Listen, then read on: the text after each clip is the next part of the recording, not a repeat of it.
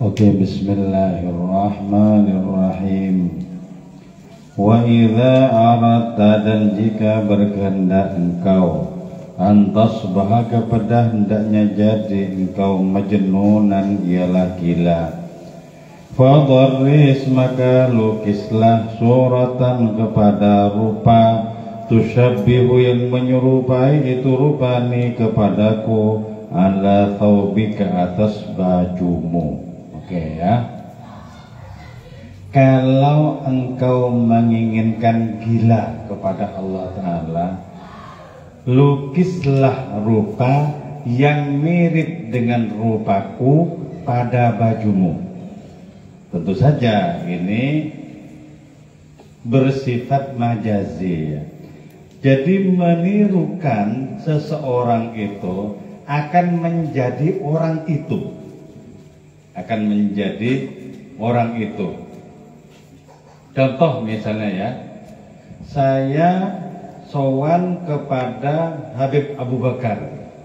Saya teliti betul bagaimana Habib Abu Bakar bisa tergila-gila kepada Allah Ta'ala, kok tidak kepada yang lain. Saya teliti betul misalnya ya.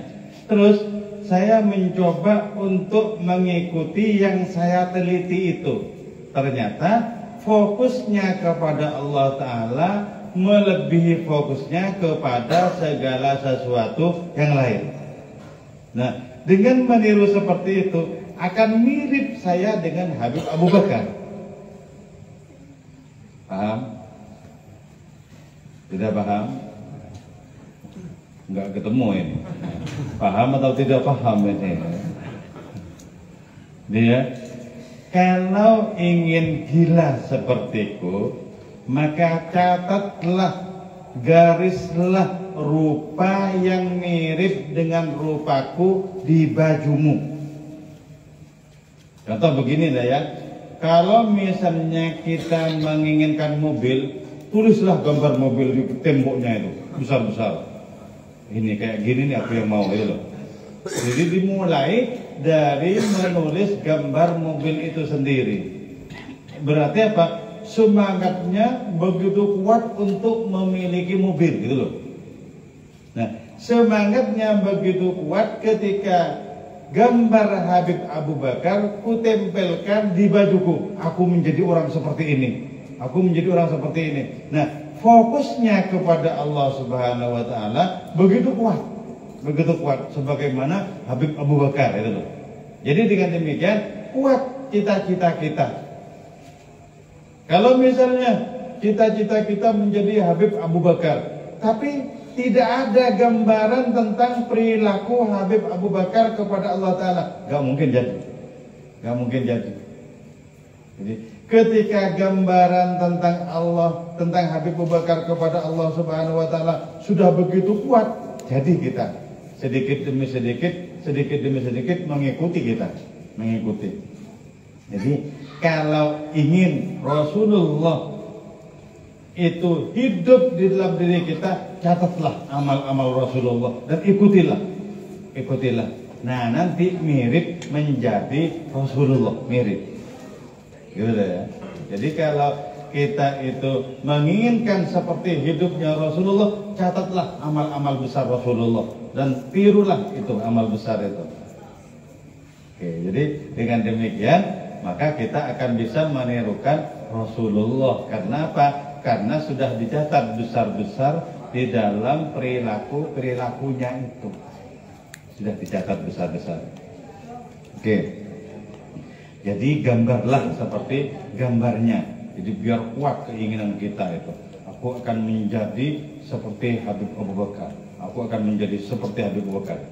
Nah, lama-lama bermimpi Habib Abu Bakar, bermimpi. Datang di dalam mimpi diri kita. Kenapa? Begitu kuat kita. Begitu kuat untuk menjadi seperti beliau. Kenapa menjadi seperti beliau? Karena fokusnya kepada Allah sudah mengalahkan fokusnya kepada yang lain-lain. Kuat fokusnya kepada Allah Ta'ala. Oke. Laqad kana sungguh telah ada al-Khalilu siapa kekasih Allah Nabi Ibrahim alaihissalam. Yaqulu mengatakan itu Nabi Ibrahim linnari bagi api dzalikal yauma pada hari itu. Jadi Nabi Ibrahim bilang kepada api, apa perkataan Nabi Ibrahim itu? Idza baqiyat minni sya'ratun, kalau masih ada satu bulu kuduk saja yang belum terbakar, tolong bakarlah, gitu loh. Jadi pasrahnya kepada Allah Ta'ala untuk dibakar oleh api. Makanya beginilah ya, Nabi Ibrahim itu pernah mengatakan, tidak ada kebahagiaan yang lebih puncak ketimbang ketika aku berada di tengah kobaran api, gitu loh. Kalau kita kan kebalikannya mesti ya, kebalikannya. Tidak ada yang menyakitiku kecuali ketika aku berada di tengah kobaran api, gitu ya. Nabi Ibrahim itu kebalikan dengan diri kita. Kenapa kebalikan dengan diri kita? Karena takutnya Nabi Ibrahim itu mutlak kepada Allah Subhanahu wa Ta'ala dan tidak takut kepada api.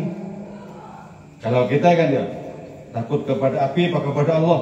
Ya kepada api, ya kepada Allah. Jadi gitu loh. Kalau diri kita kan, coba ditanya siapa? Apa takut kepada api, takut kepada Allah? Kepada Allah takut, kepada api takut. Sama-sama takut. Sama-sama takut. Nabi Ibrahim itu memiliki konsep bahwa selain Allah Ta'ala tak perlu ditakuti. Apapun yang selain Allah Ta'ala sama saja dengan mati. Kalau api mati kan kita tidak takut toh, gitu. Kalau mati, apinya mati kan kita tidak takut. Tapi kalau api itu hidup, takut kita. Kita takut. Jadi sekarang sudah jelas ya bahwa apapun yang selain Allah Ta'ala itu tidak berbahaya kecuali Allah menghendaki, gitu loh. Yang kita takut itu kalau dikehendaki itu. Ayo, yang kita takut kalau dikehendaki. Dan rata-rata Allah Ta'ala berkehendak kepada orang yang takut. Nah, jadi gitu deh. Kepada orang yang takut, berkehendak sekali. Berkehendak sekali. Jadi beda dengan adanya karomah-karomah pada zaman terdahulu. Kita tahu ya, jangankan orangnya itu, anjingnya saja itu ya, dari yang dijadikan panutan Bapak Tamakin itu ya, anjingnya saja itu mengambil dari dalam api loh. Dari dalam api, mengambil dari dalam api, apalagi orangnya gitu. Kan sangat gampang sekali untuk mengambil sesuatu dari dalam api itu, sangat gampang sekali. Jadi sekarang tinggal pembahasannya tentang perkara gampang sekali itu. Kenyataannya ya nggak ada. Mana ada orang mengambil sandalnya dari dalam api? Takut. Yang dari dalam api itu orang-orang terdahulu dengan karomahnya. Orang sekarang ya takut. Sebab apa? Kita bukan keturunan Nabi Ibrahim, jadi tidak punya nasab. Tidak punya nasab ke sana. Kalau punya nasab ke Nabi Ibrahim, kan tentu saja berani kepada api itu. Berani. Sebab apa? Api itu bukan Allah. Karena bukan Allah jelas tidak berbahaya. Jadi ad-nafi dan ad-dor itu nama bagi Allah, bukan nama bagi api. Ya. Mestinya kita ya berani gitu kan. Nah, jadi kita itu kalah terhadap orang-orang Cina yang menggunakan ilmu berjalan di atas api itu. Jadi dengan tidak dirasakan di atas api, selamat. Jadi tidak dirasakan ketika melintasi api itu loh. Selamat sampai di sana. Yang tidak selamat itu cuma 1-2 orang gitu loh. Dari 60 orang itu. Jadi kalau kita menyaksikan di dalam video itu, lewat di atas api itu loh. Saya kira lari-lari, kenapa? Ternyata lewat di atas api dengan cara tidak dirasakan lewat di atas api, selamat. Nah kalau sudah takut dahulu sih, takut, ini api beneran ini, iya, ya kena, tetap kena, kena. Nah, ya. Jadi kalau engkau keturunan Nabi Ibrahim, berkatalah kepada api itu, kalau ada satu bulu kudukku yang belum terbakar, bakarlah, aku rela. Berani, Pak? Ya belum tentu berani. Jangankan lewat di atas api, lewat di kuburan saja belum tentu berani. Waduh, itu kan. Jadi saya pernah membawa istriku di dekat kuburan malam-malam jam 3, pegangan. Jadi ternyata takut juga.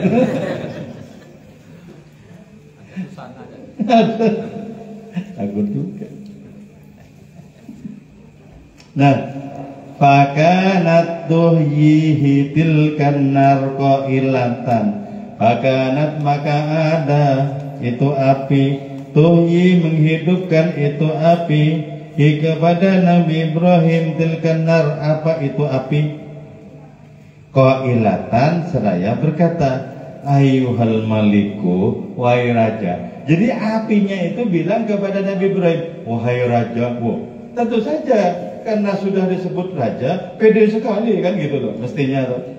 Kalau kita ya disebut wahai raja di raja, ya pede kita. Api ngomong seperti itu kepada kita kan, ada apa? Ya, lebih tinggi lagi kita. Ya. Nah kata api itu, la amut anak amamaka, aku yang akan mati di depanmu, kata api itu loh. Maka karena itu api itu tadi tidak membakar Nabi Ibrahim, bardan wa salaman ala Ibrahim, selamat Nabi Ibrahim. Tapi ya ketika ayat itu dibacakan ya, dan kita masuk dalam api, ternyata dimakan juga sama apinya itu. Jadi jangan baca-baca itu untuk selamat dari api. Kalau cuman pengen, wah nggak bisa itu, nggak bisa. Sama dengan teman saya di Jombang itu ya, Allahumma hawalaina wala alaina, ketika hujan itu loh. Kan orang wali itu membaca itu.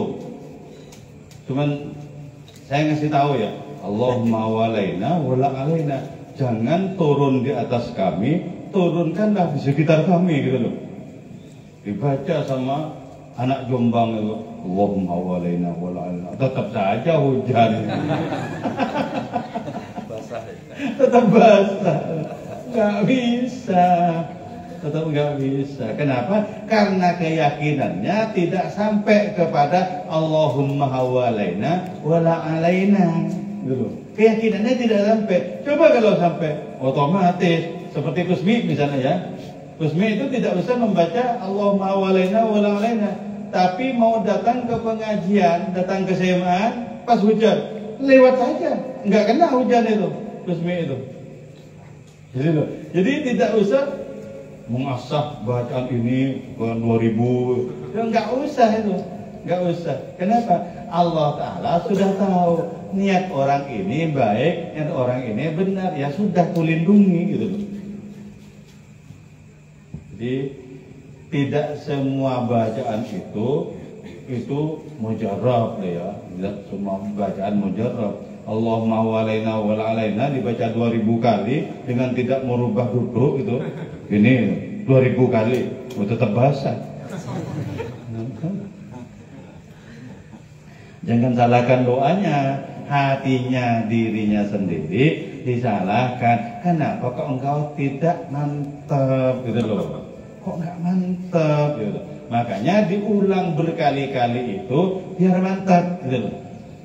Kalau sekali saja sudah mantap, seperti Khalil Bangkalan baca la ilaha illallah, cuman baca 3 kali, padahal kadung disembelihin sapi. Disembelihin sapi, 100 harinya bulan bin bulan. Baca la ilaha illallah 3 kali cuman Khalil itu, pulang kemudian, ya. yang ngundang itu dari Gresik itu bilang kepada Ki Holil, kok cuma baca 3 kali, aku beli sapi loh, sapinya besar loh. Digugat Ki Holil, karena Ki Holil digugat, coba sekarang ngambil timbangan yang besar, pohon kelapa, jadikan timbangan pohon kelapa. Sapinya yang kemarin disembelih mirip seperti ini besarnya. Ada sapi di Bangkalan itu, ditaruh di sebelah. Nah, di sebelahnya lagi ditaruh tulisan La ilaha illallah Muhammadur Rasulullah. Menurut akal coba, berat mana coba? Berat sapi, menurut akal kan? Tapi itu berat tulisannya loh. Berat tulisannya cuman La ilaha illallah Muhammadur Rasulullah. Kan ringan sekali itu. Ternyata berat tulisannya itu loh, yang cuma 3 kali, ya betul Ki Holil, dibaca 3 kali. Wong tidak mengandalkan cetolan itu.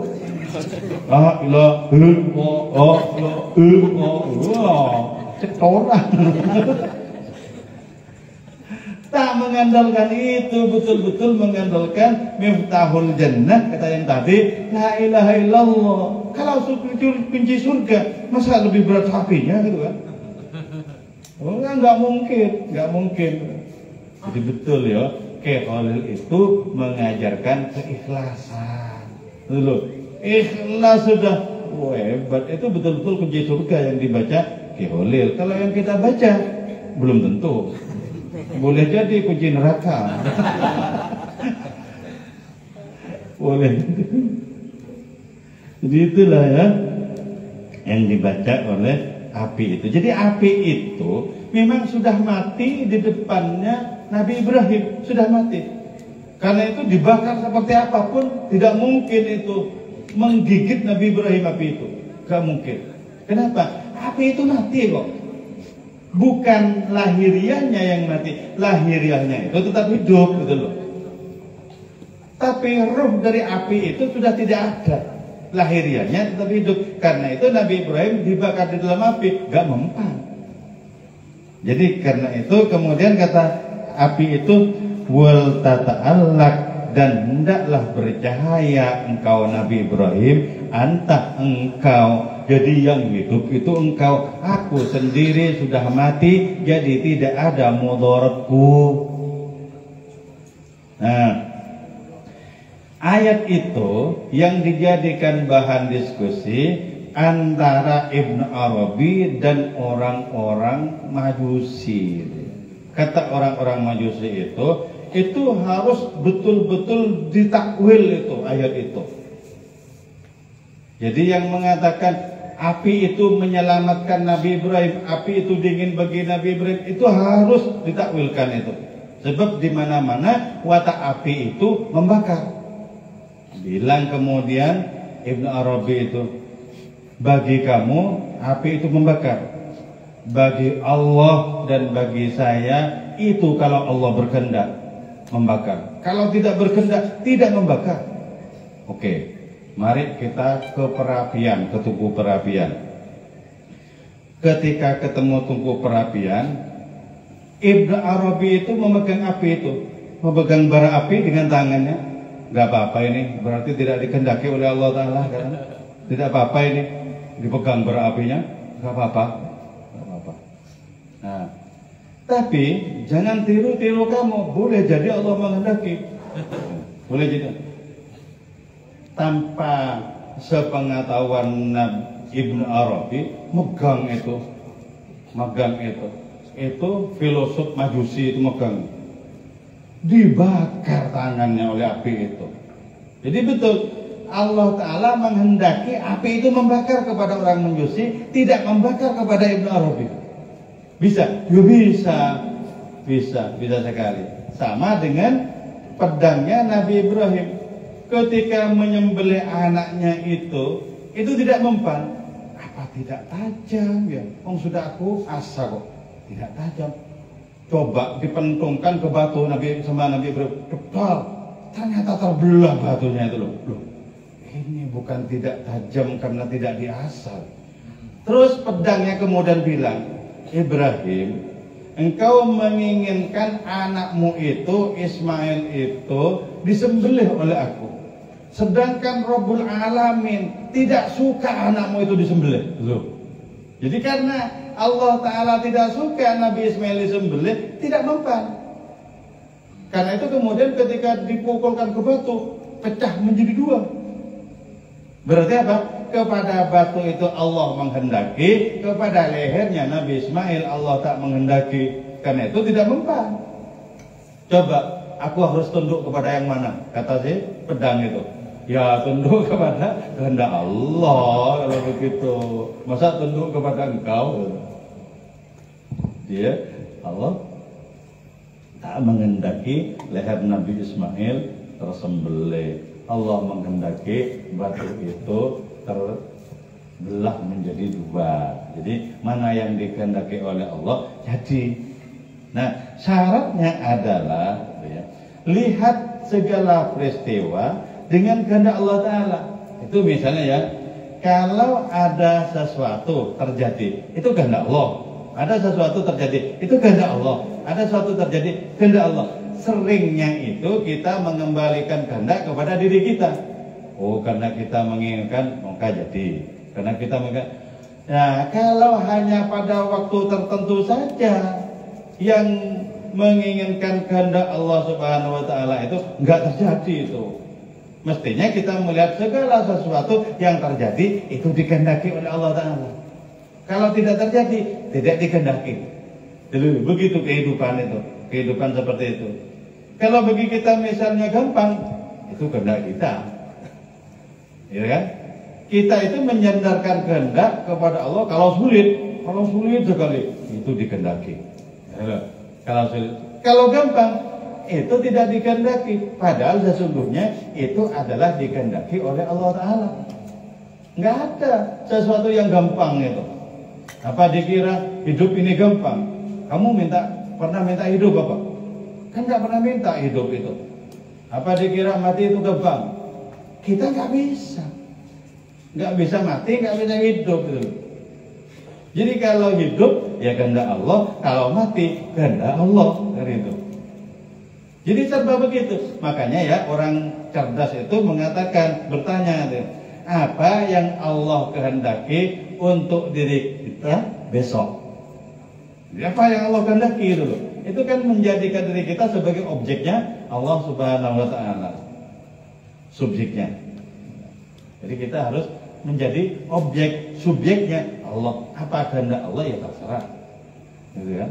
Contoh misalnya 5 menit yang akan datang, kita tidak tahu loh apa yang terjadi pada diri kita. Ya Allah kehendakilah baik, gitu loh. Nah kita itu tidur ya tidur saja, gitu. Jadi tidak apa ini kehendak, enggak tahu loh, pokoknya yang penting tidur itu aja. Loh, mestinya tidur itu kehendak Allah. Mestinya di dalam diri kita ada kesadaran itu. Kalau nanti bangun misalnya, ya Allah Ta'ala yang membangunkan. Nah kita kan kalau bangun ya bangun sendiri ini. Sebab ini bangun tengah malam berarti harus tahajud. Ya bangun sendiri ini, gitu. Dikira bangun sendiri. Enggak ada yang bangun sendiri. Enggak ada yang bangun sendiri ya. Oke. Fal jannatu wan naru kilahuma min ghilmanika. Adapun surga dan neraka kedua-duanya adalah anak cucu kita. Anak cucu Nabi Ibrahim itu loh, kedua-duanya. Surga dan neraka itu ibaratnya adalah anak cucu Nabi Ibrahim. Jadi bisa disuruh-suruh itu. Kita kok takut loh dengan neraka? Kan takut loh. Takut. Dengan surga pengen banget lah. Kalau begitu surga dan neraka di atas kita. Mestinya surga dan neraka di bawah kita. Caranya adalah mendekatlah kepada Allah Ta'ala, bukan kepada surga, bukan kepada neraka. Ketika lebih dekat kepada Allah Subhanahu wa Ta'ala, maka surga dan neraka ibaratnya adalah anak-anak cucu kita. Nah, bisa kita atur itu, kita atur. Kita mau lewat di neraka, ya lewat saja. Tapi kalau kita berlama-lama di neraka, woi cepat, nanti mati aku, gitu. Nerakanya takut loh. Jadi ya, maka ada seorang wali di Baghdad itu bernama Bahlul. Bahlul. Kok sekarang disebut Buddha itu? Kan nama wali itu, Bahlul itu. Namanya Bahlul Al-Kufi. Bahlul Al-Kufi. Nah, Bahlul itu bilang, aku tadi dari neraka. Coba periksa kulitku. Mungkin ada bulu kuduku yang terbakar. Coba diperiksa. Enggak ada. Berarti neraka itu takut sama aku. Jadi takut sama Bahlul, takut. Jadi orang itu kalau terbakar di neraka itu karena bawa sendiri kayunya. Bawa sendiri memang minta dibakar ya. Kalau tidak bawa kayunya, nerakanya takut. Takut. Neraka itu takut kepada orang-orang beriman. Ketika Nabi bersama dengan orang-orang beriman melintasi neraka itu, cepat kata nerakanya itu. Kalau tidak cepat nanti apiku mati. Kenapa? Api itu kalah dengan cahaya. Tahu perbedaan api dan cahaya? Malah ngantuk dia.